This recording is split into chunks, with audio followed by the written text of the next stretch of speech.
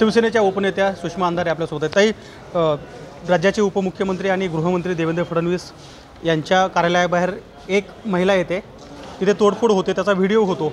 मात्र ती महिला कोण आहे, कोणत्या उद्देशाने आली होती आणि असं का केलं याची उत्तरं मिळत नाही। तुम्ही याच्याकडे कसं बघता? ही गंभीर बाब आहे। राजकारण आपण बाजूला ठेवूया, मात्र राज्याचे उपमुख्यमंत्री म्हणजे राज्याची एक गरिमा आहे। राज्याचे उपमुख्यमंत्री विशेषतः गृहमंत्री यांच्या सुरक्षेच्या बाबत जर इतका हलगर्जीपणा असेल तर निश्चित ही चिंतेची बाब आहे। आणि या निमित्ताने मग वेगळा प्रश्न तयार होतो की जर राज्याच्या गृहमंत्र्यांनाच सुरक्षा नसेल, म्हणजे ती सगळी सुरक्षा भेदून एखादी व्यक्ती अशा पद्धतीने तिथपर्यंत पोहोचते, जर काही गृहमंत्र्यांना झालं असतं तर, गृहमंत्र्यांना काही दगाफटका कोणी केला असता तर, दुपारीच गृहमंत्री म्हणाले की मी चक्रव्यूहामध्ये अडकलोय पण मी बाहेर पडेल। कुणी टाकलाय हा चक्रव्यूह? स्वपक्षाने टाकलाय का? कुणाबद्दल बोलतायत ते? शिंदे गटाबद्दल बोलतायत की अजितदादा गटाबद्दल बोलतायत? अनेक गोष्टी आहेत। पण असो, मला असं वाटतं की या सगळ्यांच्यामध्ये गृहमंत्र्यांच्या सुरक्षेचा मुद्दा हा अति महत्त्वाचा मुद्दा आहे। कारण महाराष्ट्राच्या जनतेच्या मनात हा प्रश्न निर्माण होऊ शकतो की जर गृहमंत्रीच सुरक्षित नसतील तर महाराष्ट्राच्या लेकीबाळींची सुरक्षा कोण देणार?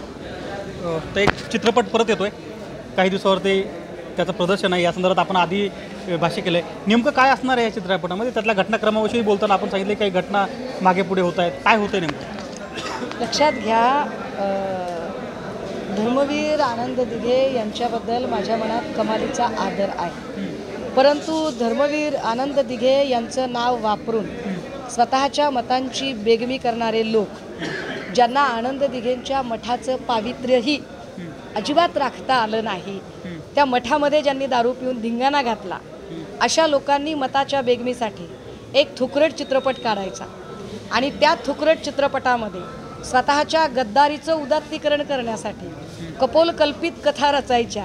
असा चित्रपट बघायची आम्हाला काही गरज नाही।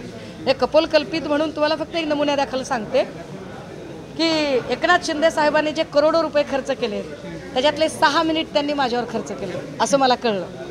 मला अनेक पत्रकारांनी सांगितलं की म्हणाले ताई अहो त्याच्यामध्ये एकनाथ शिंदे स्पष्टीकरण देतात की मी गद्दारी का केली, तर का केली, तर सुषमा अंधारे पक्षात आल्या म्हणून मी गद्दारी केली। मला कमाल वाटली। अरे माझा पक्षप्रवेश झालाय तो 28 जुलैला, गद्दारी झाली 21 जून 2024ला। 21 जून 2024ला जर मी पक्षातच नसेल तर माझ्यामुळे पक्ष सोडला, हे कारण किती बरोबर असेल बरं?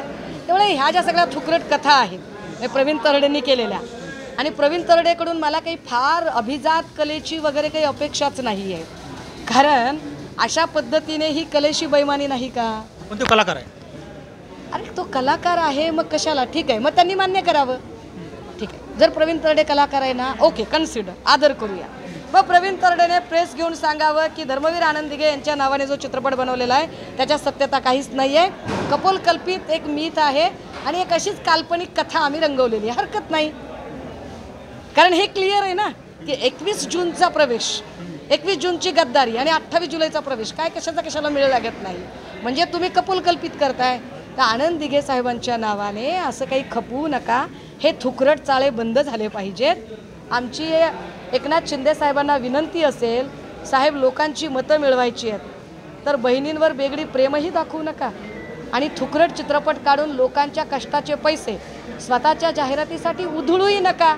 लोकांमध्ये उतरा, काम करा, लोक जे प्रश्न तुम्हाला महागाई, बेरोजगारी आणि शेतमालाच्या भावाबद्दल विचारतात त्याची उत्तरं द्या। माझा शेवटचा प्रश्न आहे, येणारा चित्रपट कसा असेल? अगदी काही दिवसावरती ज्याची अनाउन्समेंट होणार आहे, विधानसभाचा चित्रपट कसा असेल, विधानसभेचा, त्यामध्ये आपला रोल कसा असेल आणि त्या चित्रपटाची स्टोरी काय असेल? विधानसभेचा चित्रपट हा तुम्हाला सगळ्यांना माहीत आहे की या वेळेला महाविकास आघाडी ही बाहुबलीच्या रोलमध्ये असेल आणि काही लोक जे असतील महायुतीतले, ते महायुतीतले लोकच मिळून अजितदादाला कटाप्पा करतात का फडणवीसांना कटाप्पा करतात हे बघण्यासारखं असेल। माझ्यासारखा माणूस हा निव्वळ पडद्यामागचा कलाकार आहे की जे आम्हाला आमच्या दिग्दर्शकांनी सांगावं, आमच्या चित्रपटाच्या मुख्य नेत्यांनी सांगावं, हिरोंनी सांगावं, ते आम्ही ऐकावं। मला याच्या पुढे काही नाही। धन्यवाद। तर आपण ऐकलं की या होत्या सुषमा अंधारे यांनी सांगितलं की काही दिवसावरती महाराष्ट्राच्या विधानसभेचा चित्रपट येतो आहे आणि त्या चित्रपटामध्ये महाविकास आघाडीची जी काही भूमिका आहे ती अगदी बाहुबलीसारखी असेल. कॅमेरामन प्रमोद जोशीसह गोविंद शेळके, एबीपी माझा, भेट. एबीपी माझा, उघडा डोळे बघा नीट.